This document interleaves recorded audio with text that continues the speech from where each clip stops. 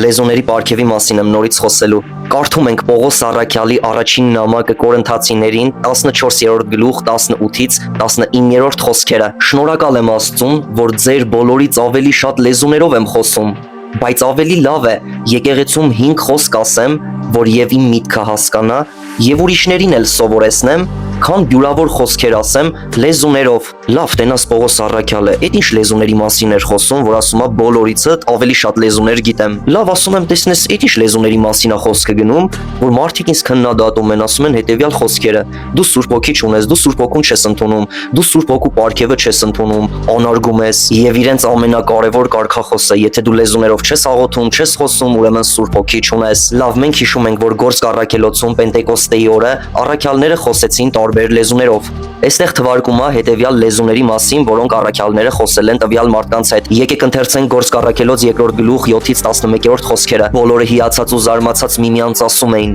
ահա սրանք բոլորը որ խոսում են, գալիլեացի չեն, ինչպես է որ մեզանից ամեն մեկը լսում է իր մայրենի լեզուն։ Մենք Պարթևներ ու Մարեր, Էլամացիներ ու Միջագետքում, Պոնտոսում ու Ասիայում, Փրուգիայում ու Փամփիլիայում, Եգիպտոսում ու Կուրենյան Լիբիայի շրջաններում բնակվողներ ու հռոմեացի եկվորներ, հրեաներ, թե նորադարձներ, կրետացիներ ու արաբներ, լսում ենք, որ նրանք մեր լեզուներով Աստծու մեծագործությունների մասին են խոսում։ Բոլորը զմայլված եւ զարմացած հարցնում էին միմյանց. սա ինչ կարող է լինել։ Այստեղ հասկանում ենք, որ առաքյալները պարզ մարդկային լեզուներով են խոսել։ Եկեք 37-րդ խոսքից մինչև 41-րդ խոսքերը ընթերցեմ, վերջում կասեմ, թե Պողոս առաքյալը ինչ լեզուներով էր խոսում։ Երբ նրանք այս լսեցին, իրենց սրտում զղջացին եւ Պետրոսին ու մյուս առաքյալներին ասացին. ինչ պիտի անենք, եղբայրներ։ Պետրոսը նրանց ասաց. ապաշխարեք եւ ձեզանից յուրաքանչյուրը մեղքերի թողության համար թող Հիսուս Քրիստոսի անունով մկրտվի եւ դուք Սուրբ Հոգու պարգևը պիտի ստանաք, որովհետեւ այս խոստումը ձեզ, ձեր զավակներին եւ բոլոր այն հեռավորների համար է, որոնց մեր Տեր Աստվածը կանչելու է։ Պետրոսը ուրիշ շատ խոսքերով էլ էր վկայում եւ նրանց մխիթարում, ասելով. Փրկեք ձեզ այս խոտոր սերնդից, ովքեր նրա խոսքը հոժարությամբ ընդունեցին, մկրտվեցին, եւ այդ օրը նրանք 3000 հոգով ավելացան։ Փաստորեն Պողոսը մարդկային լեզուների մասին էր խոսում։